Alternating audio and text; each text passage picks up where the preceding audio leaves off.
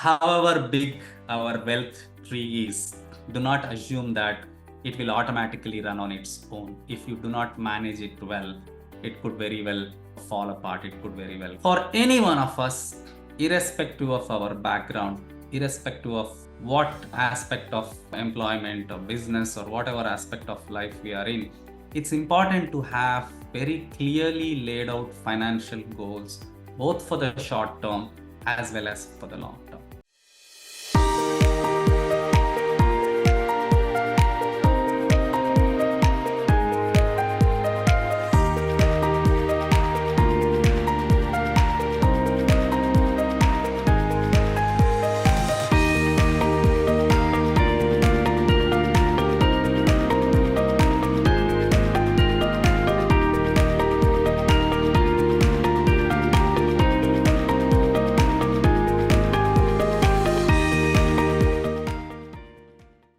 So what is financial literacy? Very simple definition is whatever we had on agenda today. Understanding budgeting, understanding how to manage your finances, understanding how to manage your debt, insurance, taxes, so on and so forth. When we put all of these together, I think those are the various components of finance or financial literacy, right? Now, why is it relevant in today's world? Honestly, it was always relevant, but it's getting a little complex with the advent of technology. So if we look at India, roughly 8 to 8.5 crore people use credit cards today. And most people do not understand the fact that credit cards charge a very high rate of interest, 3.5% to 4.2% approximately. That's how it ranges per month. I'm repeating, 3.5 to 4.2% per month. It could go to 36 to 42% per annum. Substantial interest rates are charged on credit cards, and they're very clear about it. It's very clearly stated when you sign up, etc. Only when you do not pay, this interest applies. When you pay, a credit card is an effective tool. They give you a credit period of 15 or 20 days depending on when you made the transaction to when you need to make the payment.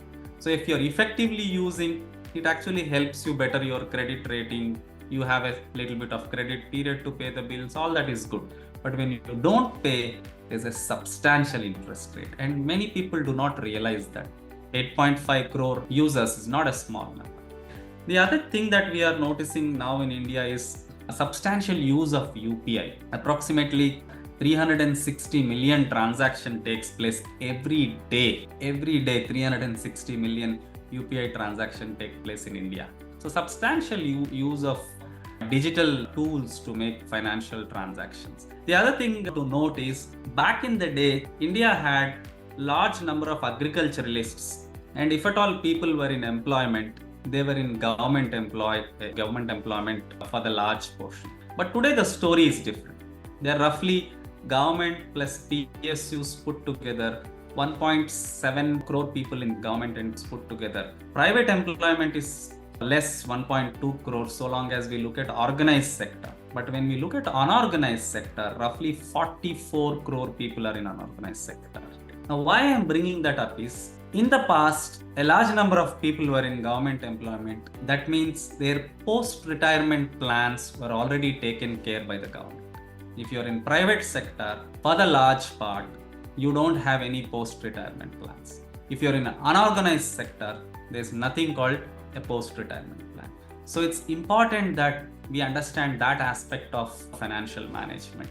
We cannot plan for retirement post-retirement. We need to start planning that ahead of time. So therefore, I'm saying financial literacy is even more important in today's world, given the type of jobs that we are into, given the type of financial transactions that we all get involved into.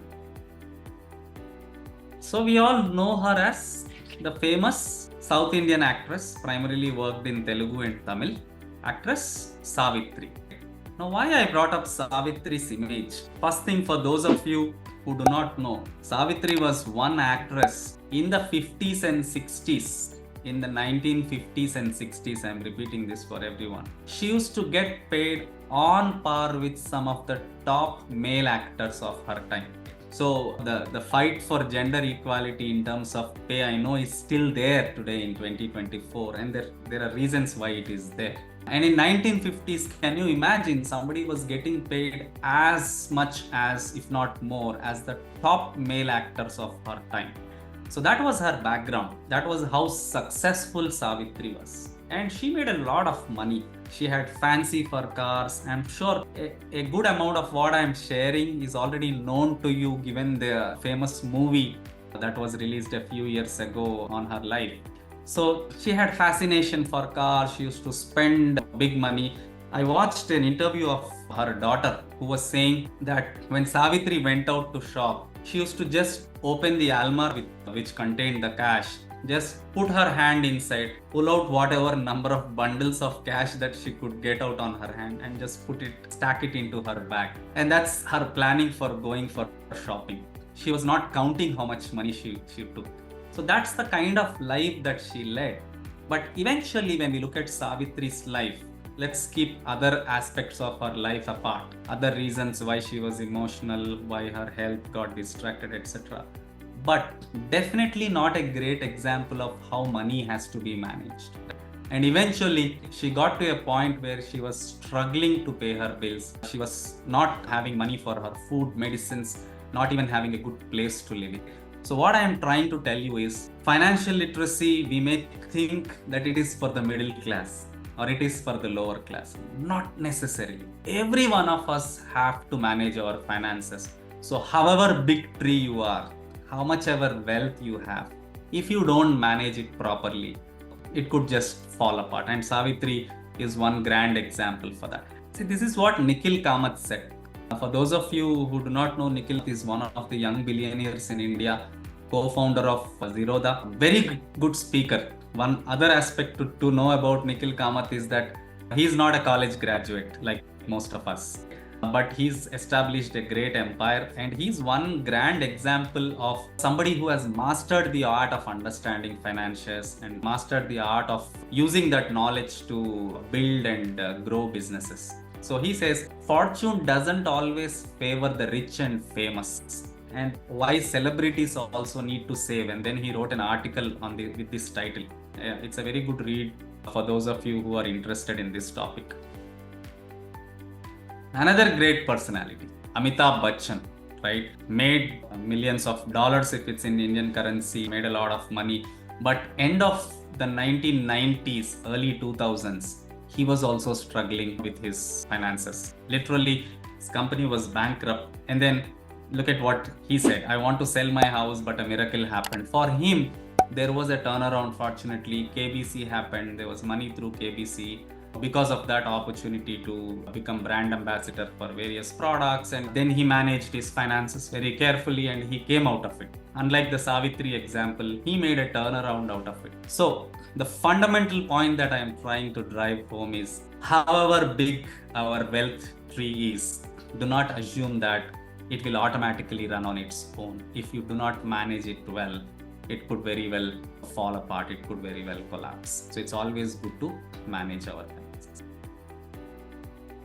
So the first aspect that we should all focus on is having a budget for all major activities involving bigger money, as well as for smaller activities. Even if it's a small, let's say a travel plan, I'm making a small vacation plan. It's always good to have a budget. It doesn't have to be a lot of details every time, depending on how much money is being spent, depending on how important that activity is for you. You can decide what level of details that you will have.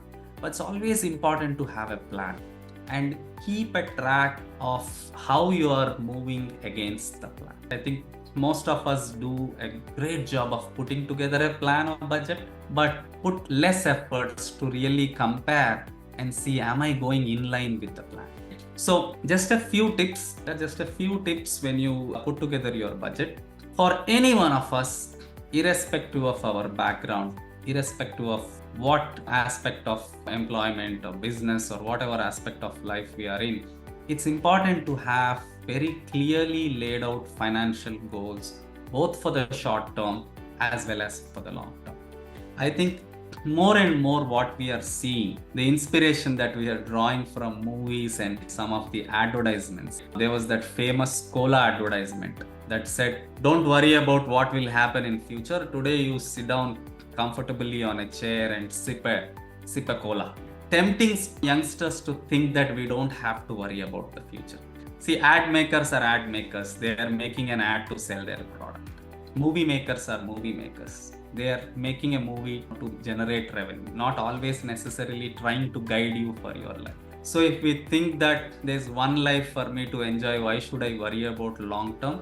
That the long term, which is 5 years or 10 years or whatever in our mind, it will soon become the current day. And that day we will really struggle if we don't set out clear goals. The second aspect to remember is always keep a track of what is your income and what are your expenses.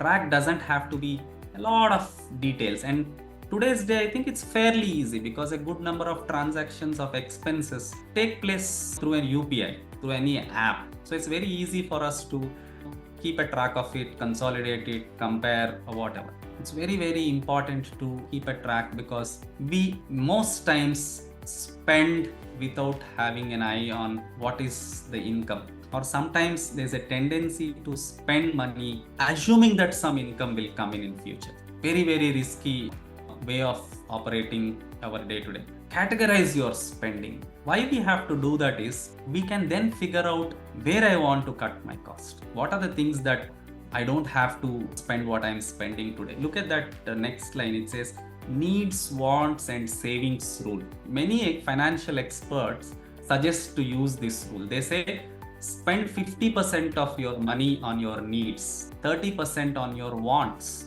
Wants are things that I really don't need, but it's something that I enjoy doing. For example, needs are all my groceries, electricity bill or whatever expenses at home. Wants could be my interest to go and eat out in a restaurant. It's not a need, but I have a wish and I would like to fulfill that wish.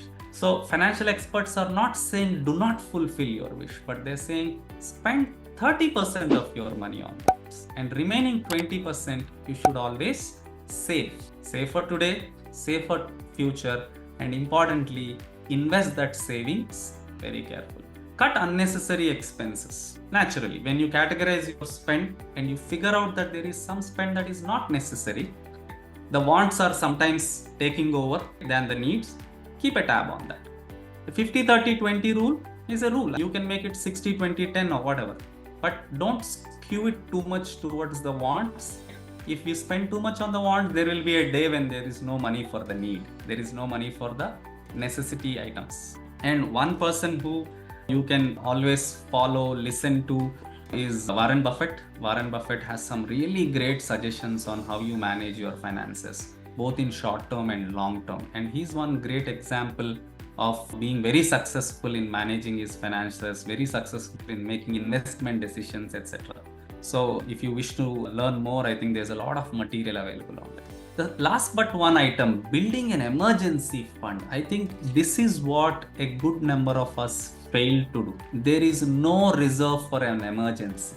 There could be a health issue. There could be some financial downturn in our life, especially if you're in business. There's a higher likelihood that there is a downturn. Business is always not going to be moving at the same pace. Sometimes there's an upward movement, sometimes there's a downward. And when there is an emergency and you don't have a fund, that's a huge struggle. So it's always, there's a savings rule of 20% money. Try to keep some portion of that for emergencies. And the rule, I think perhaps that Warren Buffett used to say a lot, if you save after you spend, there's really nothing much will be left with you, Warren Buffett used to say. Always you save before you spend. First carve out your 20% saving, then spend the 80% on needs and wants. Rather, most youngsters today think, let me first spend, whatever is left is my saving. That's not how it should be. We should carve out the saving and have a plan for the saving.